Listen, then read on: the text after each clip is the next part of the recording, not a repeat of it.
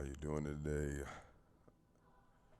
Want to welcome you to Will to Win, where we talk about champions and the championship DNA. And today, I was listening to somebody. I forgot who it was, but they brought up somebody had brought up Larry Bird, and Coach Dennis Rodman had said Larry Bird would have played in the Euro League if he was playing today's game. And I was thinking,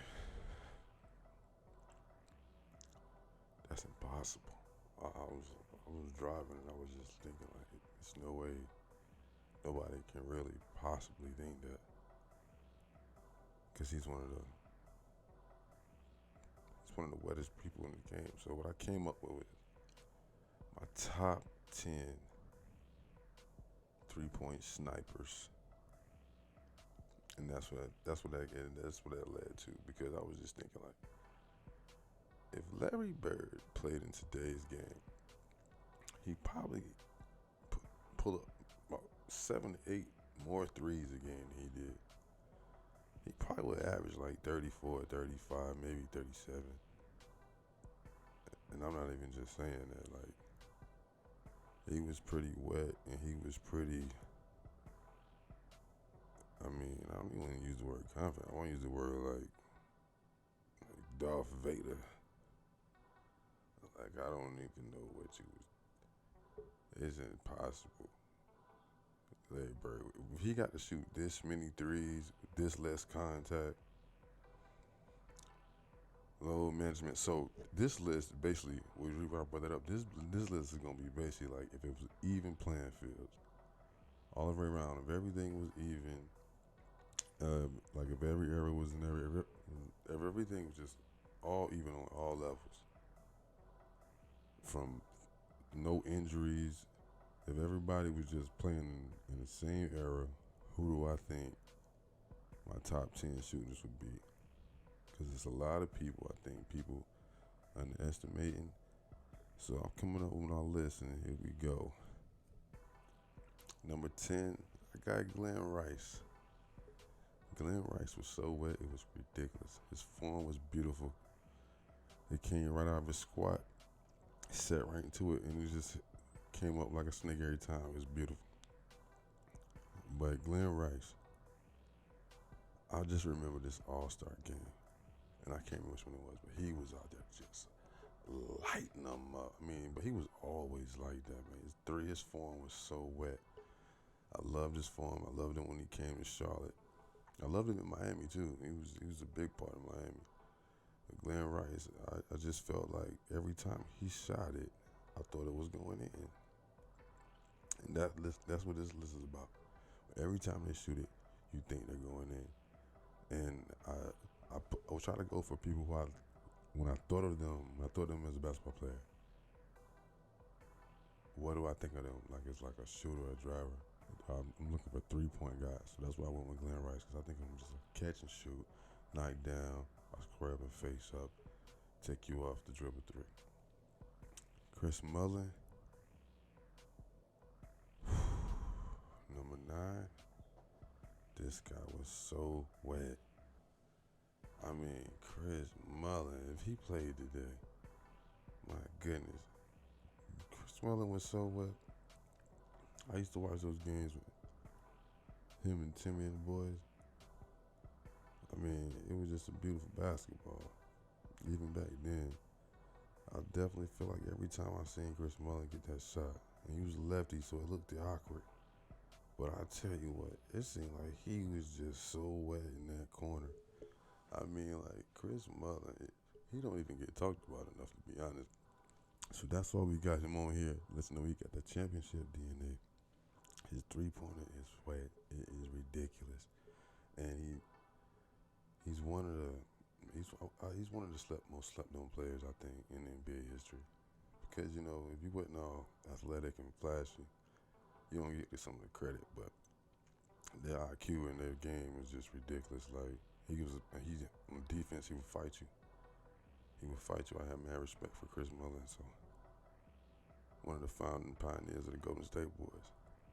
Number 8, I got Dirk. Nowinski. This man here, so wet at the top of the key, it's ridiculous. As he flings the hair from in front of his eyes, squares up, shoots over everybody because he's 7 foot, whatever he was. And I don't care if they ain't 7 foot. He had to be 7 foot. He was just taller than everybody. He was just one legging it. Dirt had handles. He was sizing them up, straight shooting in your face. He was clutch. I mean, he beat the Miami Heat team.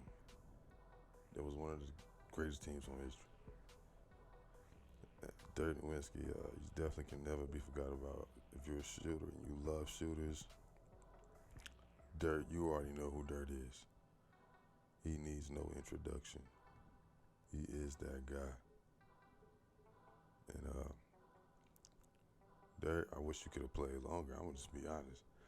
I felt like the era of threes opened up right when he was leaving, and if he could have stayed just about, I feel he could have stayed about 3 more years.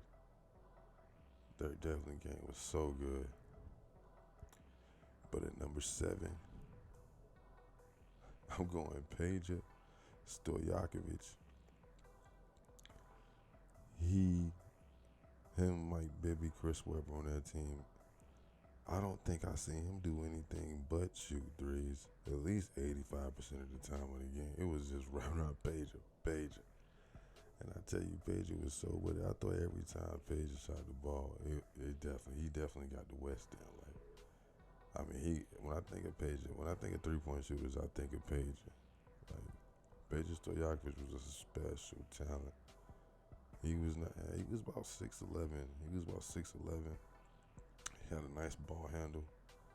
If he got in that corner, either one, Sewell would find him, Bibby would find him, Doug Christie would find him. It didn't matter. He ran off screens well for a big man that size. Like, I'm talking damn near Rip Hamilton level. He don't get enough credit neither. Peja was definitely a special talent, and he left it all on the court. He was a guy that when he said it's done, he left it all on the court. So Peja, much love, bro. You did your thing out there. You represented. Your 3 is definitely wet. And for number 6, I'm going with my man Klay Thompson. Oh man, you talking about a form that's pretty. You talking about a stroke that's pretty. You talking about 50-something points with 2 dribbles. You talking about 30, 40 points in a quarter. You talking about a 4-time champion.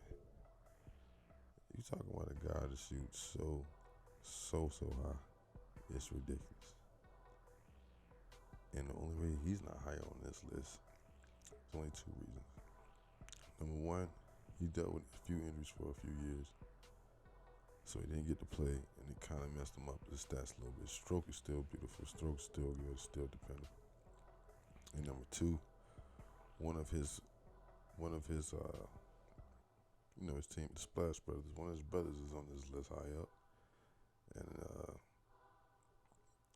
the other guys didn't have this guy to help space the floor.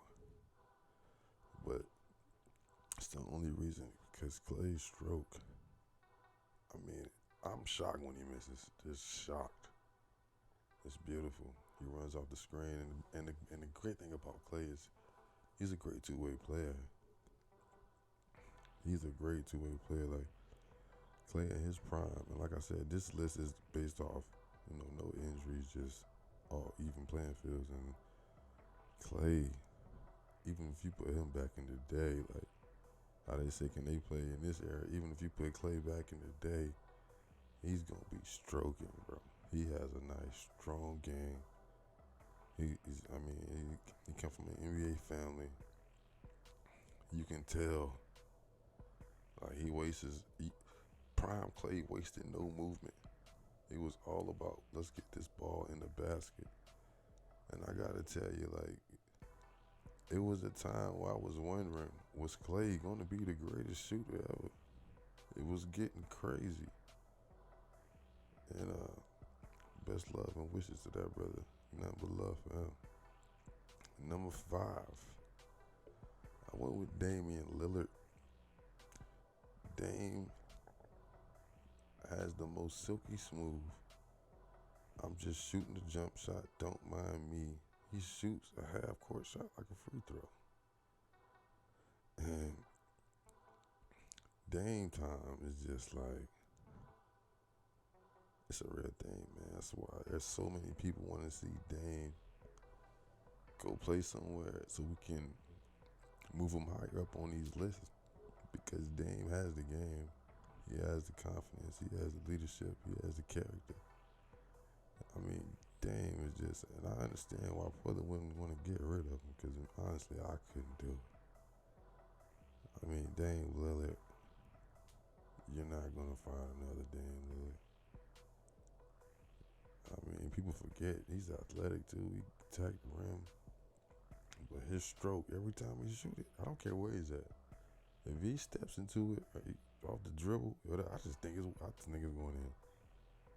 I got nothing but confidence in him. Like, I think it's going in. And I got nothing but love for Dame. And I hope he do whatever's best for him and his family. But I definitely think Dame could climb this list wherever he plays. So, Dame, much love, brother. But if I was you, I would think about a Greek. Number 4, is that boy he got game? Ray Allen. Now, Ray Allen's stroke is ridiculous.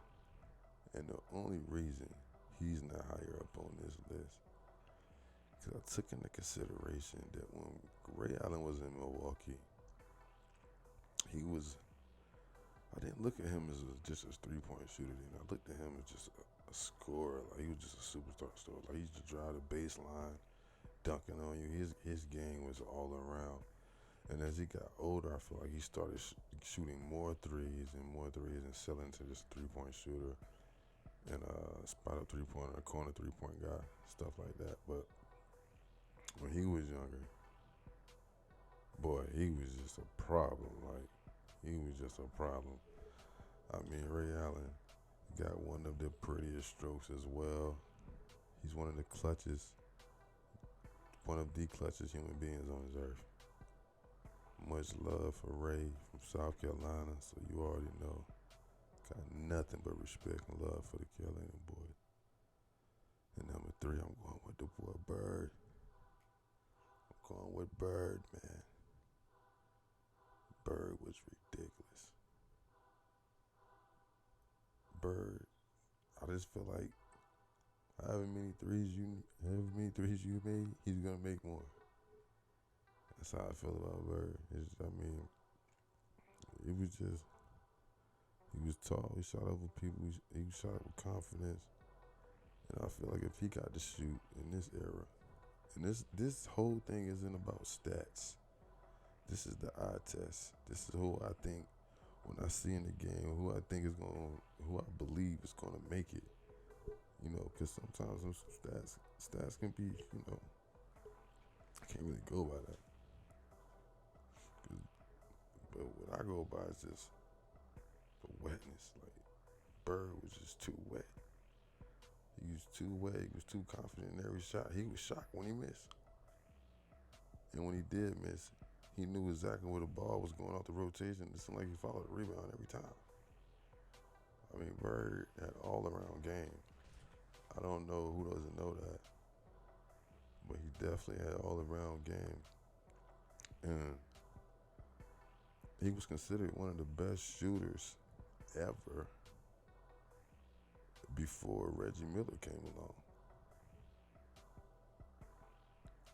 That was Larry Bird. That was hands down unanimous decision, no question. He could shoot it. He could shoot that rock. And if he got to shoot 8 to 10 threes, like today's player, you best believe he's going to get some buckets. So, much love and respect for Bird. And like I said, number two is Reggie Miller because Reggie was wet. And I feel like Reggie changed the game because, and I know this is going to sound crazy, but back in the day, when you shot the ball, it's like people thought you was soft if you didn't like go to the rack. Like, they just thought you was just soft. If you didn't just want to dunk it every time on somebody, like they just thought you was soft. But Reggie, he brought the aggressiveness to the shooters. Like he was ready to fight you. Like Reggie was about that life. I ain't gonna never forget what he did in the garden, man. Like Reggie with the choke with Spike Lee, was like it's all just like part of NBA history. Like Reggie was just out there one of the wettest threes.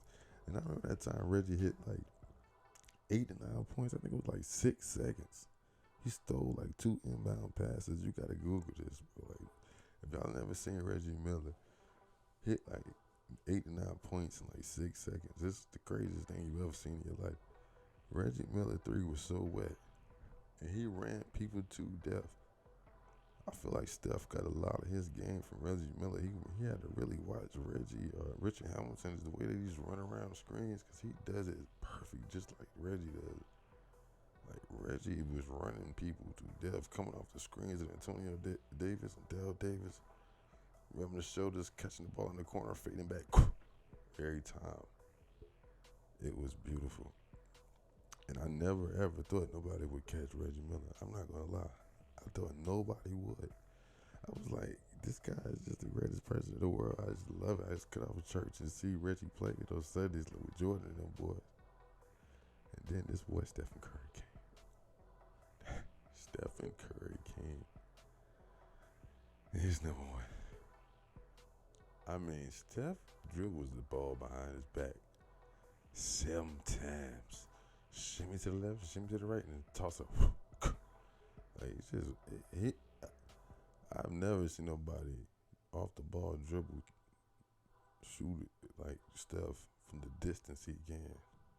His distance is immaculate, and his release is so quick. His stamina, like I said, he got the Reggie in him. He's running. He is running. He's not playing. He's just running. He's on go. As soon as he frees up, he hits you with a couple bops. Bop here, bop there. His handles is impeccable. I think Steph handles get slept on. His handles is impeccable. So I really look at Steph Curry as the greatest shooter ever. And I think that's hands down. I don't think nobody even questions that, because the things he do is mouth dropping. I mean, it's like he got the chip. He was like the first one to get the chip for the shooters. Cause like it was a thing, like they used to say, like shooting and win you championships, you know. Back when it was like the big man days and the wings, before like the guards really came in crazy and generational guards came in.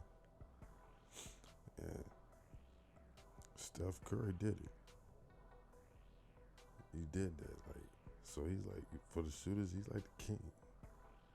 He's like, I mean, he's the GOAT. He's the GOAT of all shooters. Like, he's the greatest. And like I said, like, really everybody on this list, they shot was ridiculous.